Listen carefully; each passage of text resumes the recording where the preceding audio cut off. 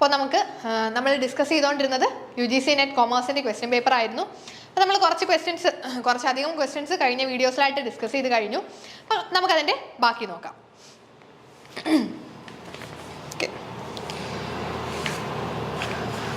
കഴിഞ്ഞ ക്ലാസ്സിൽ നമ്മൾ കുറച്ച് അറേഞ്ച് ചെയ്യാനായിരുന്നു ഡിസ്കസ് ചെയ്തത്. അതായത് ഫിനാൻഷ്യൽ ഇൻസ്റ്റിറ്റ്യൂഷൻസിനെ അത് വന്നിട്ടുള്ള ഇയർ അനുസരിച്ചിട്ട് അറേഞ്ച് ചെയ്യാനായിരുന്നു പറഞ്ഞിട്ടുള്ളത്. അപ്പം നമുക്കിന്ന് അതിൻ്റെ ബാക്കി നോക്കാം. ഓക്കെ, നെക്സ്റ്റ് ക്വസ്റ്റ്യനിൽ എന്താ ചോദിച്ചിട്ടുള്ളത്? Which of the following are merits of NPV method of capital budgeting? Capital ബഡ്ജറ്റിംഗിലെ NPV മെത്തേഡിന്റെ മെറിറ്റ്സ് ആ ചോദിച്ചിട്ടുള്ളത് അല്ലേ? അപ്പോൾ ഇവിടെ ക്യാപിറ്റൽ ബഡ്ജറ്റിംഗിന്റെ കുറച്ച് മെത്തേഡ്സ്, ട്രഡീഷണൽ അപ്രോച്ചും മോഡേൺ അല്ലെങ്കിൽ ടൈം അഡ്ജസ്റ്റഡ് അപ്രോച്ച് ഒക്കെ നമ്മൾ പഠിച്ചിട്ടുണ്ട്. അപ്പോൾ അവിടെ ഈ ഒരു NPV മെത്തേഡ് എന്ന് പറയുമ്പോൾ മോഡേൺ മെത്തേഡ്സിൽ വരുന്നതാണ്, അതായത് ടൈം അഡ്ജസ്റ്റഡ് മെത്തേഡിൽ വരുന്നതാണ്. സോ നമുക്ക് ഈ NPV മെത്തേഡ്സിന്റെ മെറിറ്റ് എന്തൊക്കെയാണ്? കൺസിഡേഴ്സ് ഓൾ ക്യാഷ് ഫ്ലോ അല്ലേ? എല്ലാ ക്യാഷ് ഫ്ലോസും കൺസിഡർ ചെയ്യുന്നുണ്ട്. Consider the time value of money, of course time value of money consider ചെയ്യുന്നുണ്ട് അല്ലേ? Then given more weightage to future receipt ഉണ്ടോ? നമുക്ക് അങ്ങനെ പറയാനായിട്ട് പറ്റില്ല. Then satisfy the value additivity principle, sure value additivity principle satisfy ചെയ്യുന്നുണ്ട്. Value additions അല്ലേ? അതായത് ഇപ്പം നാളെ നമുക്ക് കിട്ടുന്ന 10 രൂപ എന്ന് പറയുന്നത് ഇന്നത്തെ 9 രൂപയ്ക്ക് തുല്യമായിരിക്കും. കാരണം time value of money adjust ചെയ്യുന്നുണ്ടെന്ന് പറയുമ്പോൾ തന്നെ നമുക്കറിയാം വാല്യൂ ആഡിറ്റിവിറ്റി പ്രിൻസിപ്പിൾ സാറ്റിസ്ഫൈ ചെയ്യുന്നുണ്ട്. സോ ഇവിടെ എങ്ങനെയായിരിക്കും ആൻസർ വരുന്നത്? A, B and D. അപ്പോൾ ഓപ്ഷൻ 4 ആയിരിക്കും ഇവിടുത്തെ correct answer.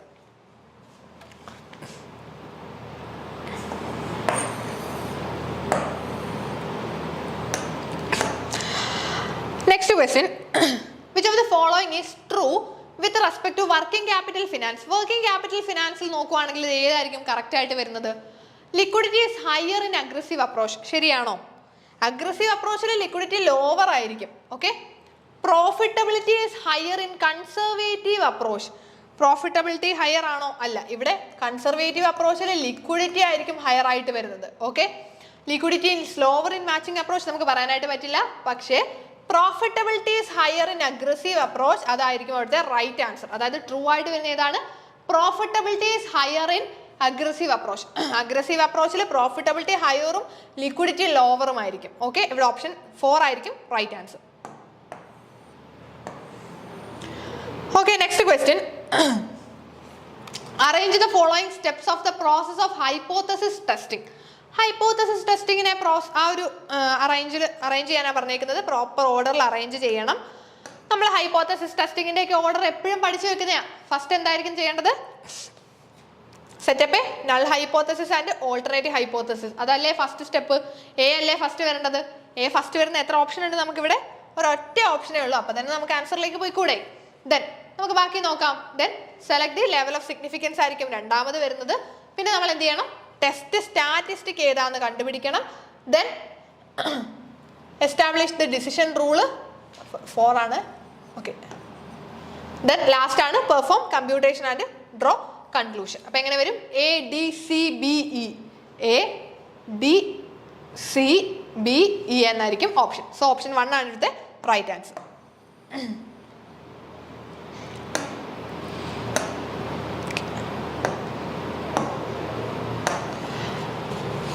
Which of the following provident fund is set up under the Provident Fund Act 1925? അപ്പോൾ ഇവിടെ നിങ്ങൾ ശ്രദ്ധിച്ചോണം, നമുക്ക് ഈ പ്രൊവിഡന്റ് ഫണ്ട് ആക്ടുകൾ പല ആക്ടുകളുണ്ട്. 1925 ഉണ്ട്, 1952 ഉണ്ട്. അപ്പോൾ ഇതിൽ ഏതാണ് ഏത് ഇയറിൽ വന്നതെന്ന്, ഏത് ആക്ട് പ്രകാരം ഏതാണ് വന്നതെന്ന് പ്രോപ്പറായിട്ട് പഠിച്ചു വെക്കണം. ഒരു കൺഫ്യൂഷൻ വരുത്തുന്നുണ്ട്. അപ്പോൾ 1925 പ്രൊവിഡന്റ് ഫണ്ട് ആക്ട് 1925ന്റെ അണ്ടറിൽ സെറ്റ് ചെയ്തത് സ്റ്റാറ്റ്യൂട്ടറി പ്രൊവിഡന്റ് ഫണ്ട് ആണ്. അപ്പൊ ഇവിടെ ഓപ്ഷൻ 1 ആയിരിക്കും ഇവിടുത്തെ കറക്റ്റ് ആൻസർ ആയിട്ട് വരുന്നത്. റെക്കഗ്നൈസ്ഡ് പ്രൊവിഡന്റ് ഫണ്ട് ആണ് 1952 ആണ് റെക്കഗ്നൈസ്ഡ് പ്രൊവിഡന്റ് ഫണ്ട്. ഇനി പബ്ലിക് പ്രൊവിഡന്റ് ഫണ്ട് ആണെങ്കിൽ 1968 ആണ്. ഈ ഒരു ഓർഡർ നിങ്ങൾ ഈ ഒരു ഇയറുകൾ പ്രോപ്പറായിട്ട് പഠിച്ചു വെച്ചോണം. അപ്പൊ നിങ്ങൾ നോക്കിയേ, ഇവിടെ 52 25 കൂടെ തിരിഞ്ഞു പോകത്തില്ലേ? പെട്ടെന്ന് 25 എന്ന് കാണുമ്പോൾ നമ്മൾ റെക്കഗ്നൈസ്ഡ് പ്രൊവിഡന്റ് ഫണ്ട് ആണെന്ന് വിചാരിക്കും. പക്ഷേ റെക്കഗ്നൈസ്ഡ് പ്രൊവിഡന്റ് ഫണ്ട് 1952 ആണ്. 1925 പ്രകാരം വന്നിട്ടുള്ളത് സ്റ്റാറ്റ്യൂട്ടറി പ്രൊവിഡന്റ് ഫണ്ട് ആണ്. അപ്പോൾ ഇവിടുത്തെ റൈറ്റ് ആൻസർ ഓപ്ഷൻ A ആയിരിക്കും.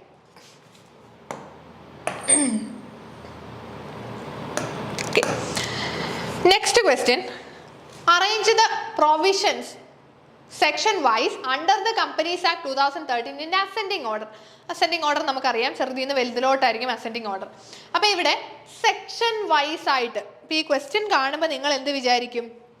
ഫോർമേഷൻ ഓഫ് എ കമ്പനി, ഒരു കമ്പനി ഫോം ചെയ്യുന്നതിനെ സ്റ്റെപ്പ് ബൈ സ്റ്റെപ്പ് ആയിട്ട് ആക്കാനാണ്. അപ്പൊ നമ്മൾ ചിലപ്പം പ്രൊമോഷൻ, ഇൻകോർപ്പറേഷൻ എന്ന് പറഞ്ഞിട്ട് അങ്ങോട്ട് എഴുതാൻ തുടങ്ങും. പക്ഷെ അങ്ങനെയല്ല, സെക്ഷൻ വൈസ് അറേഞ്ച് ചെയ്യാനാ പറഞ്ഞേക്കുന്നത്. ഓരോന്നിന്റെയും സെക്ഷൻ അപ്പൊ നമുക്ക് പഠിച്ചു വെച്ചാലല്ലേ അറേഞ്ച് ചെയ്യാൻ പറ്റുള്ളൂ. ഓക്കെ, അപ്പൊ നമുക്ക് നോക്കാം. പ്രോസ്പെക്ടസ് ഏത് സെക്ഷനിലാ? 28 to 35 പ്രോസ്പെക്ടസിനെ പറ്റിയിട്ട് നമ്മുടെ കമ്പനീസ് ആക്ട് 2013 പറഞ്ഞിട്ടുള്ളത്. ഇൻകോർപ്പറേഷൻ ആണെങ്കിൽ സെക്ഷൻ 7 ആണ്, articles section 5, then formation of A company section 2, service of document section 20. Okay, അപ്പോൾ സെക്ഷൻസ് നമുക്ക് അറിഞ്ഞിരുന്നു. സെക്ഷൻസ് മനസ്സിലായല്ലോ. ഇനി അറേഞ്ച് ചെയ്യാമല്ലോ. അസെൻഡിങ് ഓർഡർ ആദ്യം ഏത് വരണം? D. Formation of A company അല്ലേ ആദ്യം വരേണ്ടത്? ഡി വരുന്ന ഒരു ഓപ്ഷനേ ഉള്ളൂ. ആൻസറിലേക്ക് എത്തിച്ചേർന്നു നമ്മൾ. ജസ്റ്റ് നോക്കാം. ഡി കഴിഞ്ഞിട്ട് ഏതാണ് വരേണ്ടത്? C, articles, then B, E, then A. Sections അറിഞ്ഞിരുന്നാൽ സിമ്പിൾ ആയിട്ട് ആൻസർ ചെയ്യാനായിട്ട് പറ്റും. ഓക്കെ, ദെൻ നമ്മുടെ ഒരു ഏറ്റവും ബേസ് ലെവൽ ഒരു ക്വസ്റ്റൻ ആണ് ചോദിച്ചിട്ടുള്ളത്. ഏറ്റവും ബേസ് ആണല്ലേ. Arrange in proper sequence of the steps of financial accounting. Financial അക്കൗണ്ടിങ്ങിന്റെ സ്റ്റെപ്സ് സിമ്പിൾ അല്ലേ? നോക്കിക്കോ, ഏതാണ് ആദ്യം വരേണ്ടത്? Identification and measures of financial transactions അല്ലേ ഫസ്റ്റ് വരേണ്ടത്. ബി അല്ലേ ആദ്യം വരേണ്ടത്? ബി വരുന്ന ഓപ്ഷൻ 2 ഉണ്ട്. ദെൻ ഐഡന്റിഫൈ ചെയ്ത് കഴിഞ്ഞാൽ റെക്കോർഡിംഗ് ആണ് ചെയ്യുന്നത്. ദെൻ എന്താണ് ചെയ്യുന്നത്? Classification, summarisation, interpretation. നമ്മൾ ആ അക്കൗണ്ടിങ്ങിന്റെ ഇക്വേഷനിൽ തന്നെ പറഞ്ഞിട്ടില്ലേ? Identification, identifying, recording, classifying, summarising and interpretation of financial results എന്നൊക്കെ പറഞ്ഞിട്ട് പഠിച്ചിട്ടുണ്ട്. സോ ഇവിടെ ഓപ്ഷൻ എങ്ങനെ വരും? B, D, C, A, E. അപ്പൊ ഇവിടെ ഓപ്ഷൻ 3 ആണ് ഇവിടുത്തെ കറക്റ്റ് ആൻസർ ആയിട്ട് വരുന്നത്.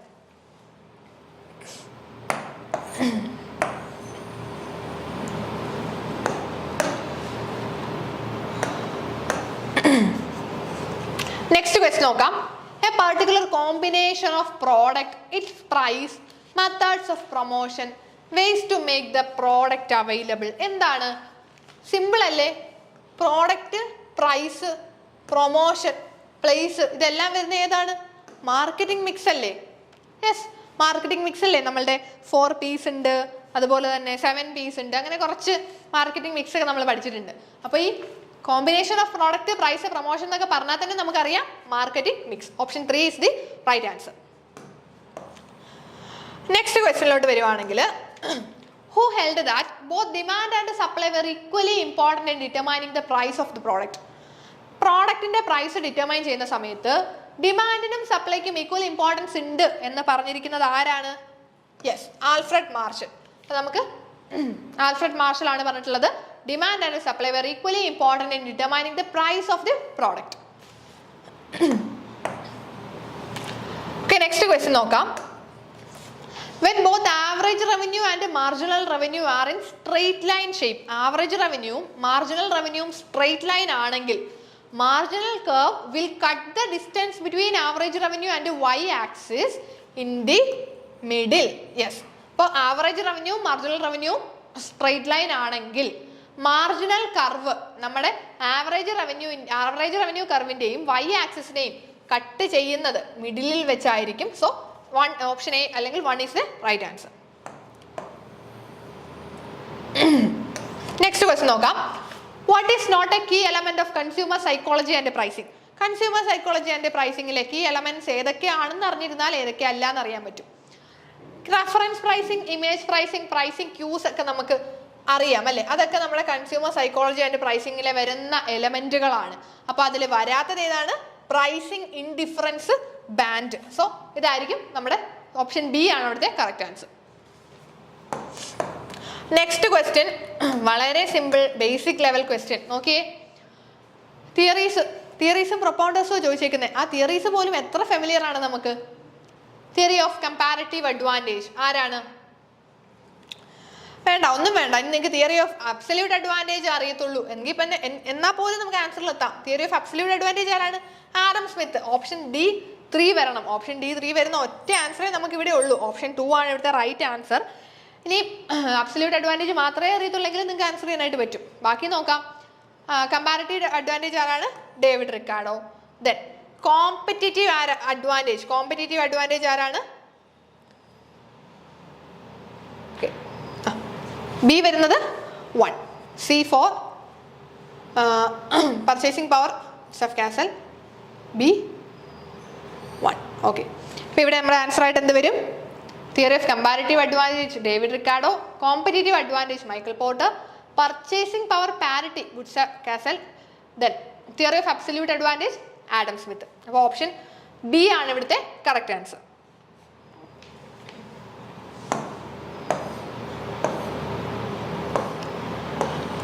ഓക്കെ, നെക്സ്റ്റ് ക്വസ്റ്റ്യൻ നോക്കാം.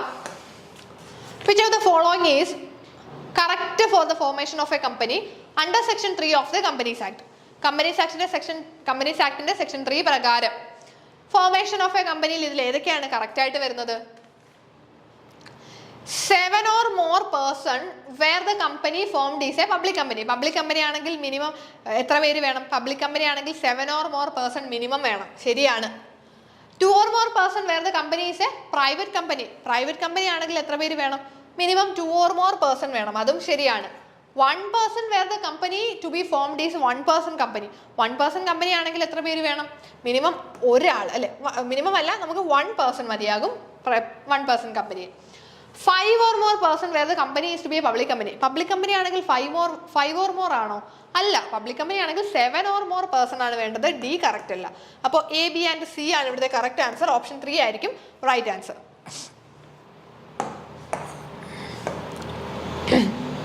ഓക്കെ, നെക്സ്റ്റ് ക്വസ്റ്റ്യൻ സിമ്പിൾ ആണ്. Which of the following has given the net income approach of capital structure? Which one of the following? ആരാണ് net income approach ആരാ പറഞ്ഞിട്ടുള്ളത്? Yes, David Durand അല്ലേ? David Durand അല്ലേ net income approach ഒക്കെ പറഞ്ഞിട്ടുള്ളത്? Okay, പിന്നെ വോൾട്ടേഴ്സ് മോഡലും ജോർഡൻസ് മോഡലും MM മോഡലും ഒക്കെ നമ്മൾ പഠിച്ചതാണ്. നെറ്റ് ഇൻകം എന്ന് പറയുന്നത് ഡേവിഡ് ഡുറന്റ്. നെക്സ്റ്റ് നോക്കാം. Management is the art of getting things done through people. ആരാ ഇങ്ങനെ പറഞ്ഞിട്ടുള്ളത്? മാനേജ്മെന്റിന്റെ നമ്മൾ എപ്പോഴും പഠിച്ചിട്ടുള്ള സിമ്പിൾ ഡെഫിനേഷൻ ആണ് getting things done through people.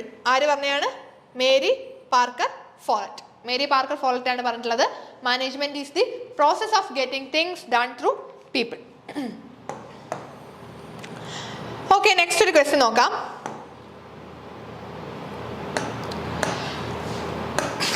Bailment of goods as a security for payment of a debt. നോക്കിയേ, ഒരു ഡെറ്റ് പേ ചെയ്യാൻ നമ്മളൊരു സെക്യൂരിറ്റി ആയിട്ടൊരു സാധനം കൊണ്ട് വെക്കുവാണ്. എന്താണ് അതിനെ പറയുന്നത്? പ്ലെഡ്ജ് അല്ലേ? യെസ്, പ്ലെഡ്ജ് അല്ലേ നമ്മളവിടെ ചെയ്യുന്നത്? നമ്മളിപ്പം ഒരു ഡെറ്റ്, നമ്മളിപ്പോൾ ആരുടെ എന്തെങ്കിലും സാധനം എന്തെങ്കിലും ഒരു കുറച്ച് പൈസ കടം വാങ്ങുവാണ്. അപ്പോൾ നമ്മളവിടെ ഏതെങ്കിലും നമ്മുടെ കയ്യിലൊരു സാധനം അവിടെ സെക്യൂരിറ്റി ആയിട്ട് കുറച്ച് ഗോൾഡ് കൊണ്ട് വെക്കുകയാണ്. അത് പ്ലെഡ്ജിങ് അല്ലേ? യെസ്.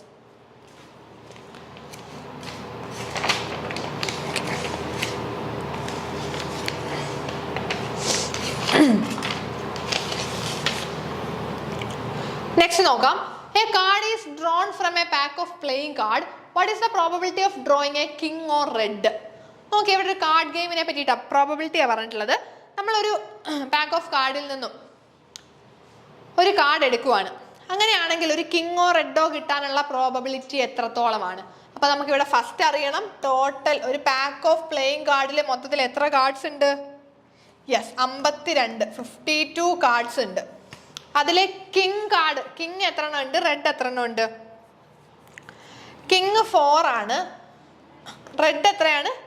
26 ആണുള്ളത്. 26 റെഡും 4 കിങ്ങും ഉണ്ട്.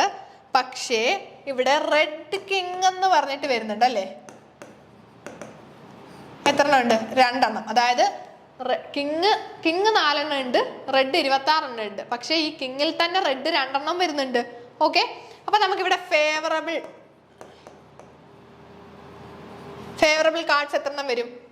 26 + 2 മതി, 28 മതി. കാരണം ഈ 4 എന്ന് പറയുന്നതിലെ 2 എണ്ണം ഓൾറെഡി റെഡ് ആണ്, 2 എണ്ണം റെഡ് കിങ് ആണ്. അപ്പൊ നമുക്ക് 4 എണ്ണം വീണ്ടും 2 എണ്ണം എക്സ്ട്രാ ആഡ് ചെയ്യേണ്ട ആവശ്യമില്ല. റെഡ് 26 എണ്ണം ഉണ്ട്, കിങ് 4 എണ്ണം ഉണ്ട്. പക്ഷെ അതിലെ 2 എണ്ണം റെഡ് കിങ് ആണ്. അപ്പൊ നമുക്ക് 2 എണ്ണം ആഡ് ചെയ്താൽ മതി. 28/50 2 എന്ന് വരും. 28/52 നമ്മൾ സിംപ്ലിഫൈ ചെയ്യുമ്പോൾ 7/13 എന്നായിരിക്കും നമ്മുടെ ആൻസർ വരുന്നത്. 4 കൊണ്ട് ഡിവൈഡ് ചെയ്താൽ മതി. രണ്ടിടത്ത് 4 കൊണ്ട് ഡിവൈഡ് ചെയ്യുമ്പോൾ നമുക്ക് 7/13. അപ്പോൾ ഇവിടെ ഓപ്ഷൻ 4 ആയിരിക്കും right answer.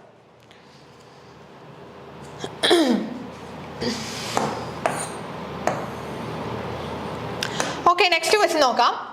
Which of the following approaches are charting the career path as developed by Rothwell and Cousins? Rothwell and Cousins career path വരുന്ന approaches ആ ചോദിച്ചിട്ടുള്ളത്. ഇവരുടെ ഒരു ബുക്ക് ഉണ്ട്. ആ ഒരു ബുക്കിന്റെ അകത്ത് റോത്ത്വെൽ ആൻഡ് കസാൻസിന്റെ ബുക്കിന്റെ അകത്ത് പറഞ്ഞിട്ടുള്ളതാണ് ഈ കരിയർ പാത്തിനെ പറ്റിയിട്ട്. അപ്പോൾ അതിൽ നമുക്ക് വേണമെങ്കിൽ നമുക്ക് ഓപ്ഷൻസ് ABCD എന്ന് പറയാം. പക്ഷേ ട്രഡീഷണൽ അപ്രോച്ച് അവിടെ ആപ്ലിക്കബിൾ അല്ല. അപ്പം നമുക്കിവിടെ answers B, C and D. Okay, option 3 ആണ് അവിടെ ആൻസർ ആയിട്ട് വരുന്നത്. ABCD വരുന്നില്ല, കാരണം ട്രഡീഷണൽ അപ്രോച്ച് അവിടെ വരുന്നില്ല. സോ ഇവിടെ career path approach, lattice or network approach, career goal approach, ഈ 3 അപ്രോച്ചുകളാണ് നമുക്കിവിടെ ഈ ഒരു ക്വസ്റ്റ്യൻസിൽ മോർ അപ്രോപ്രിയേറ്റ് ആൻസർ. പക്ഷേ ട്രഡീഷണൽ അപ്രോച്ച് വെച്ചിട്ടും പറയാം, പക്ഷേ കുറച്ചും കൂടി അപ്രോപ്രിയേറ്റ് ആയിട്ട് വരുമ്പോൾ ഓപ്ഷൻ 3 ആണ് ആൻസർ ആയിട്ട് വരുന്നത്. ഓക്കെ,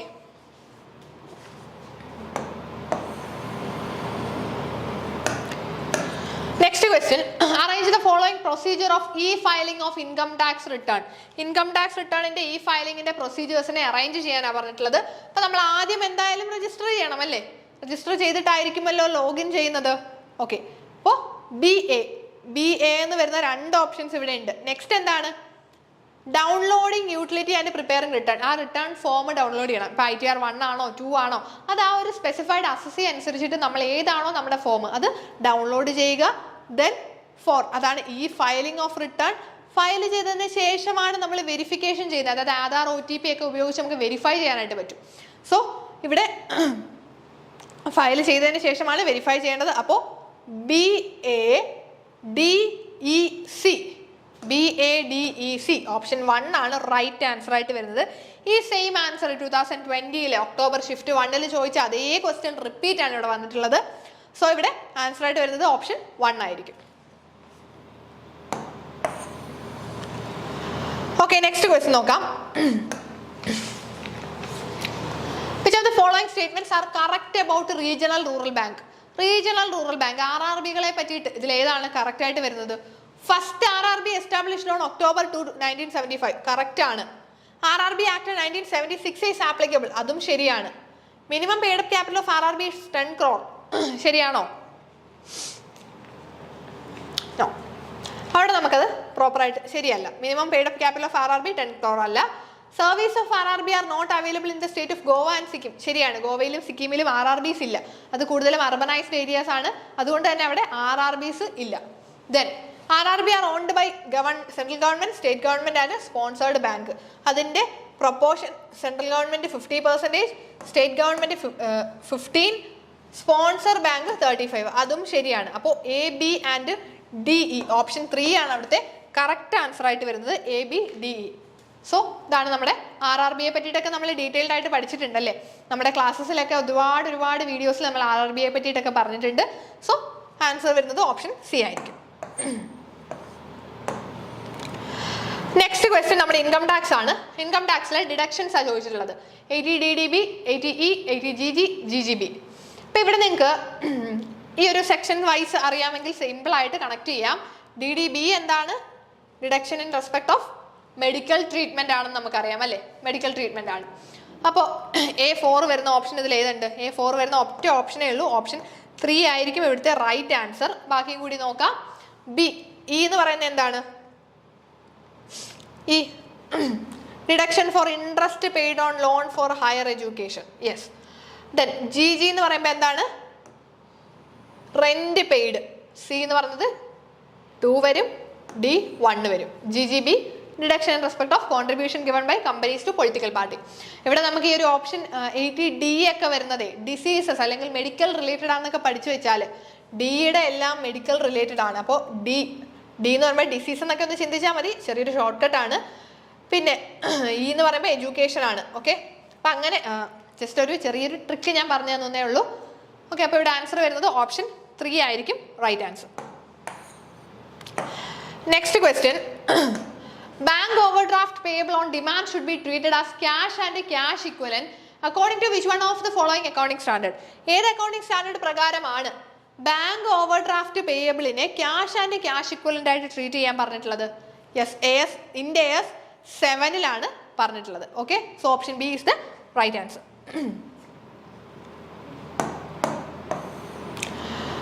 ഓക്കെ, നെക്സ്റ്റ് ക്വസ്റ്റ്യൻ ഒരു മാച്ച് ദ ഫോളോയിങ് ആണ്. ഇവിടെ എന്താ പറഞ്ഞിട്ടുള്ളത്? നമ്മൾ GSTയിലുള്ള കുറച്ച് ചാപ്റ്റേഴ്സ് ആണല്ലേ, GSTയുടെ കുറച്ച് ടേംസ് ചാപ്റ്റേഴ്സുമായിട്ട് കണക്ട് ചെയ്യാനാണ് പറഞ്ഞേക്കുന്നത്. സോ ഇവിടെ നമുക്ക് ഓപ്ഷൻ 2 ആണ് ഇവിടുത്തെ റൈറ്റ് ആൻസർ ആയിട്ട് വരുന്നത്. ഓപ്ഷൻ 2 ആണ്, അതായത് levy and collection of tax ഏതിലാണ് വരുന്നത്? ചാപ്റ്റർ 3 ആണ്. ഓക്കെ, ദെൻ രജിസ്ട്രേഷൻ എന്ന് പറയുന്നത് chapter 6. Then C input tax credit chapter 5 വരും. Then payment of tax chapter 10 വരുന്നത്. ഓക്കെ, ഇവിടെ നിങ്ങൾക്ക് ഇത് ഈ ഒരു ക്വസ്റ്റ്യൻ ഒരുപാട് കുട്ടികൾ കൺഫ്യൂഷൻ പറഞ്ഞിരുന്നു. കാരണം ഈ ഒരു ക്വസ്റ്റ്യൻ്റെ പ്രത്യേകത നിങ്ങളൊന്ന് നോക്കിയേ, ഇവിടെ നമുക്ക് ഓപ്ഷൻസിന്റെ നമ്പറിംഗ് ആണ് തന്നേക്കുന്നത്, ചാപ്റ്റേഴ്സിന്റെ അല്ല. ഇവിടെ ഓപ്ഷൻസും ചാപ്റ്റേഴ്സും ഏകദേശം സെയിം നമ്പറിങ്, റോമൻ ലെറ്റേഴ്സിലെ നമ്പറിങ്സ് തന്നിട്ടുള്ളതുകൊണ്ട് നിങ്ങൾക്ക് തെറ്റിപ്പോകും. ചിലപ്പോൾ നമ്മൾ ABCD, അപ്പോൾ C എന്ന് പറയുന്നത് ഓപ്ഷൻ 4 ആണ്, അതായത് ഇൻപുട്ട് ടാക്സ് ക്രെഡിറ്റിന്റെ ചാപ്റ്റർ 5 ആണ്, ഓപ്ഷനിൽ അത് 4 ആണ്. സോ അങ്ങനെ നിങ്ങൾ ചിന്തിച്ചിട്ട് എഴുതുക, അല്ലെങ്കിൽ നിങ്ങൾക്ക് ഇവിടെ പെട്ടെന്ന് തെറ്റിപ്പോകാനുള്ള ചാൻസ് ഉണ്ട്. സോ ഇവിടെ ഓപ്ഷൻസ് ആൻസർ വരുന്നത് A2, B1, C4 and D3. Okay, next question.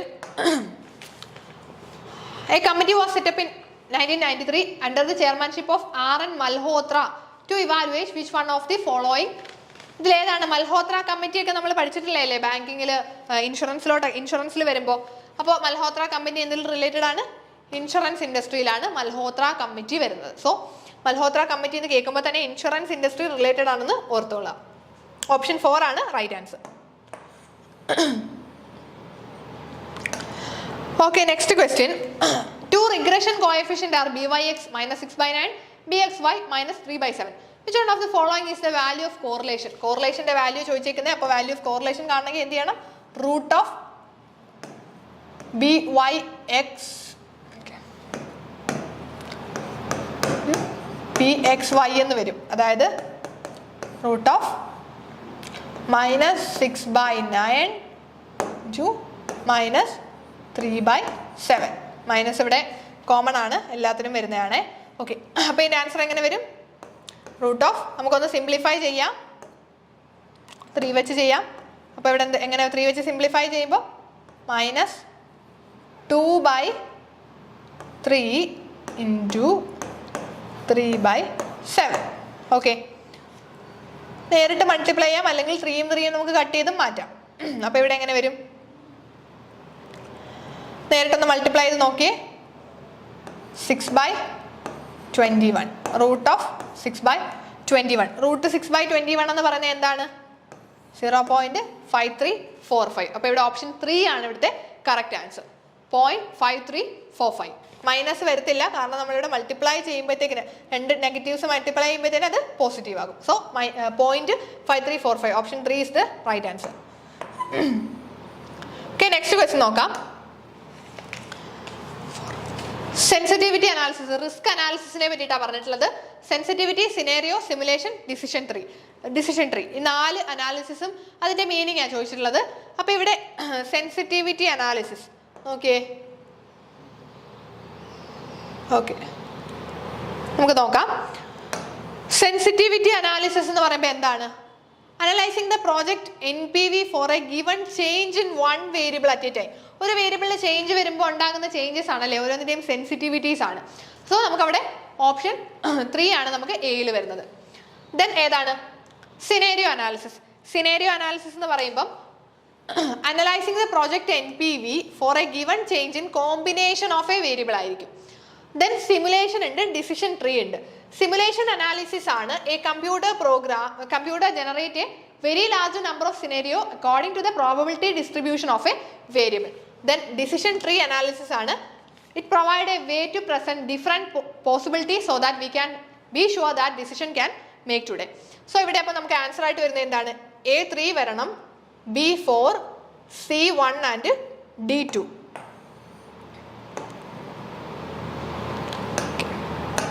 ഇപ്പം ഓപ്ഷൻ ഏതാ വരുന്നത്? ഓപ്ഷൻ 4 ആയിരിക്കും right answer. A3, B4, C1 and D2. Clear? Okay. So ഇത്രയും ക്വസ്റ്റ്യൻസ് നിങ്ങൾക്ക് ക്ലിയർ ആയി എന്ന് വിശ്വസിക്കുന്നു. ഇനി നമുക്ക് കുറച്ച് ക്വസ്റ്റ്യൻസും കൂടെ ഉള്ളൂ. പിന്നെ നമുക്ക് റീഡിംഗ് കോംപ്രഹെൻഷനും കൂടി വരുന്നുണ്ട്. അത് നമ്മൾ നെക്സ്റ്റ് വീഡിയോയിൽ അപ്ലോഡ് ചെയ്യുന്നതായിരിക്കും. Thank you.